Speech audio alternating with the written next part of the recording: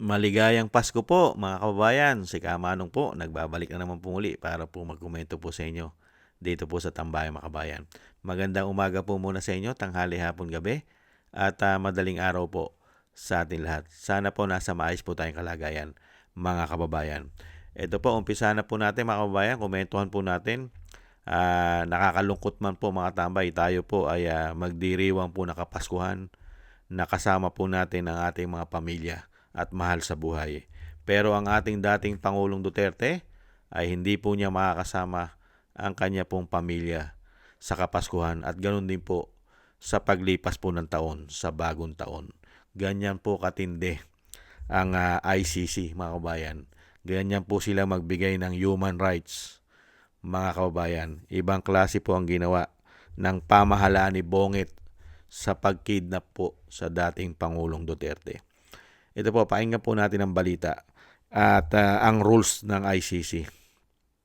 Walang makakasamang pamilya si dating Pangulong Rodrigo Duterte sa December 25 at January 1 dahil ipinagbabawal ng patakaran ng International Criminal Court ang holiday visit sa mga detention center. Kinumpirma ito ng kanyang anak na si Veronica Kitty Duterte at sinabing labis na nadismaya ang dating Pangulo nang ipaalam sa kanya ang naturang patakaran ng korte. Ayon kay Kitty, karaniwan ng may sariling pagdiriwang ang mga detainees sa loob ng pasilidad at nakadepende sa kanyang ama kung sasali siya rito.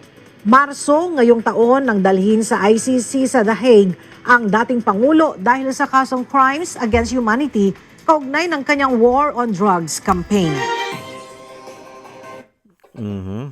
Hindi po ba sabi nga ni Atty. Roque, ang tangi nililitis lang daw po sa ICC ay si dating Pangulong Duterte. Kung totoo po yung sinasabi ni Atty. Harry Roque, siya lang po ang nahandon na nililitis. Hindi kaya. At mas mainam pa po ang ating bansa kaysa po dyan sa sinasabing lang International Criminal Court o ICC. Sa ating bansa po, di po ba, nakakasama po at pinagbibigyan po ng ating bansa, lalong-lalo po ng mga kababayan natin nasa kulungan, di ba, na mabisita po sila, lalong-lalo po pagka selebrasyon po ng Kapaskuhan at magbagong taon. Kung hindi po nagkakamali si Kamanong, hindi po ba nakakasama po ng ating mga kababayang bilanggo ang kanilang mahal sa buhay kahit papaano. Hindi po pinagbabawalan. Pero sa ICC mga tambay, hindi pa po convicted ang dating Pangulo. Wala pa pong hearing, wala pa pong kaso ang dating Pangulo. Pinagbibintangan pa lang at puro gawa-gawang ebidensya dahil alam naman po natin kung sino po ang mga nagsampa at nag-akusa. Karamihan po'y puro makakaliwang grupo o mano. Hindi po ba? Dahil gamit na gamit po sila sa politika. At nagpagamit po sila. At yan naman po ang gusto ng makakaliwa. Dahil po, pera-pera lang po yata din umano ang layunin po niyan. Mga tao na yan. At syempre pang sariling interes. Hindi po ba? Nakakalungkot lang pong isipin mga kabayan ang ginawa po ng gobyerno ng binagoong Pilipinas kay dating Pangulo. Samantalang yung kanyang ina, nasampahan po at convicted na at hinatulan na ng Sandigan Bayan ng 7 count, mga bayan, convicted ng pagkakakulong ng hindi bababa sa 70 plus years dahil po sa graft and corruption. Kung hindi po nagkakamali si Kamanong, makukulong na po. Pero hindi po pinayagan o sinasabing tinanggihan po ni dating Pangulong Duterte na makulong po ang kanyang ina. Ganyan po katindi ang politika sa ating bansa. Dito po sa tinatawag na bangag at bongit ng kanyang ate ay pang sariling interes po. At syempre po nakipagsabwata na po ang si Bongit umano, ang tinatawag na bangag. Kaya po nagkaganito po ang ating bansa at ganyan po ang nangyari sa dating Pangulo, mga kababayan. Kaya tanging magagawa po ng pamilya ay mag-celebrate po sila na sila po'y magkakasama, na sila lang po kung saan man po nahando ng pamilya. Katulad po ng pamilya si Kitty, ang nandun po ngayon sa The Hague, at ang kanyang pamilya, ang kanyang mama, at kung may mga kasama pa rin po doon, ay sila lang po ang magse-celebrate ng Kapaskuhan, at ang dating Pangulo ay naroon po't mananatili sa loob ng detention hanggang bagong taon na hindi po niya makakapiling ang kanyang mga mahal sa buhay. Ganyan po katindi itong International Criminal Court na ito. At sana rin po mga tambay ay maranasan din po sana ng mga prosecutor yung ganyang rules pagka sila po ay nahuli na at nakuha na ng Russia. Dahil yan po ay meron na pong mga conviction po yan. Hinatulan na po sila ng pagkakakulong sa Russia o sa Russia. Kung ano ang ginawa nila kay dating Pangulo, baka mangyari din po sa kanila umano. At syempre po, yung ginagawa rin po ng Amerika na napakarami na pong sanction ang ginagawa po dyan sa International Criminal Court. Dahil gamit na gamit po kasi sa politika yung ICC na yan. Yan din po ang kino-question ng malalaking bansa katulad po ng Amerika. Nagagamit sila sa politika, at ganun din po ang Russia at ang China, ang tatlong malalaking bansa at powerful sa buong mundo. Kaya yung ginagawa nila kay dating Pangulong Duterte sobrang panggigipit, at alam naman po natin napakarami po nilang nilabag. Pati po ang kanilang Rome of Statutes ay hindi po nila sinunod. Dahil hindi po nila sinunod ito kay dating Pangulong Duterte, at hindi po nila na-implement. Hindi po ba? Dahil po sa kagagawan ng ating bansa. Sa kagagawan po ng binagoong Pilipinas. Dahil wala naman po talagang ICC na umaresto kay dating Pangulong Duterte. Hindi po ba? Dahil kitang-kita po natin sa video yan eh. Ang umaresto lang po ay Pilipino kapulisan sa pangunguna ni Torre, at Pilipino rin po ang naghatid sa Netherlands. Hindi po ba?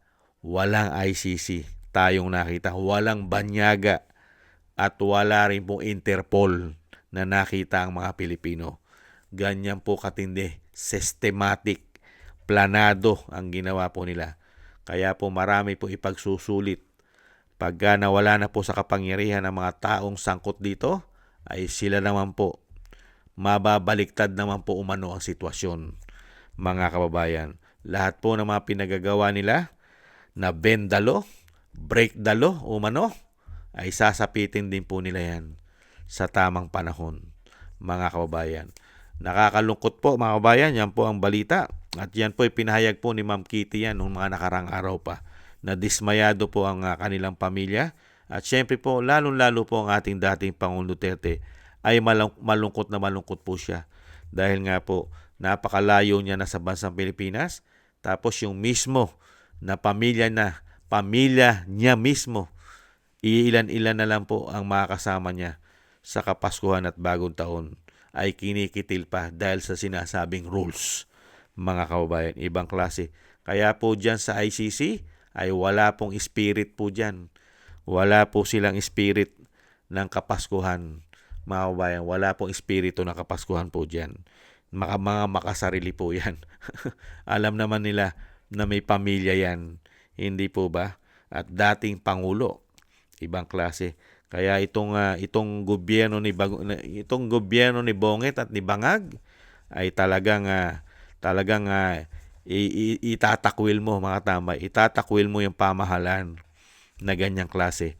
Ang dating Pangulo ay walang kaso sa Pilipinas. Wala man lang nililitis na kaso, at trabaho niya na protektahan ng bansa at ang mga Pilipino. Samantalang ang gobyerno ngayon mas pinoprotektahan pa yata ang mga adiktus, mga kababayan. Ingat-ingat po kayo, dating Pangulo. Talagang ganun po.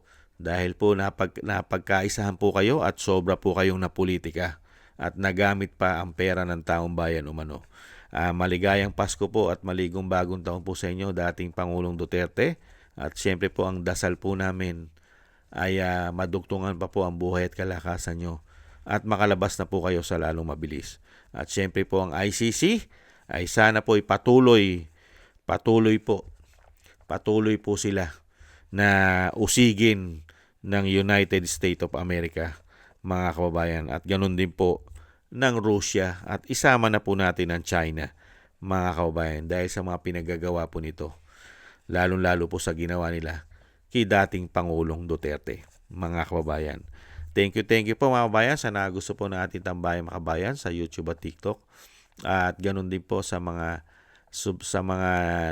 subscribers po natin, at sa mga nagbibigay po ng komento, like, share, and subscribe at comment. Maligayang Pasko po sa inyo at maligong bagong taon. Thank you po sa inyo. At shoutout po sa mga nagbibigay po ng tulong at biyaya. Shoutout po kay Balance Vision TV, Nancy Lumampao, Tatay Nick na Canada, Gay at Siena, Norma Garcia, Michelle Yamaguchi, Rosalina, Wills Bubbles, Sharpel Villacorta, Chodorico Erguisa Jr., Anijo, ako si Pilam, Jovelyn Watanabe ng Japan, si Jem Aris na United Arab Emirates, Julieta Silonan, Sydney, Australia, Gina Ray Solidides ng Berlin, Germany, Jake Yahut ng Maisog, California, USA, Kingston ng Hong Kong, Bei Chichiyoko, at si Sir Eric Hershaw ng Canada. Thank you po sa inyo. Maligayang Pasko po, mga kababayan. At ingat-ingat po kayo sa inyo pong mga paggawa. At syempre po, yung dasal at panalangin po natin sa ating pong buong sambayanan na tayo pong lahat ay maingatan. At ganun din po ang pamilya Duterte, ang Vice President at ang dating Pangulo ay maingatan din po sa kamahamakan. Maingatan po. At syempre po, ay madugtungan pa po ang buhay at kalakasan ng dating Pangulo. Thank you po mga tambay. At maligayang Pasko pong muli at happy holiday. God bless po sa atin lahat. At ingat-ingat po tayo mga kabayan. Tiis-tiis lang po. Bye-bye.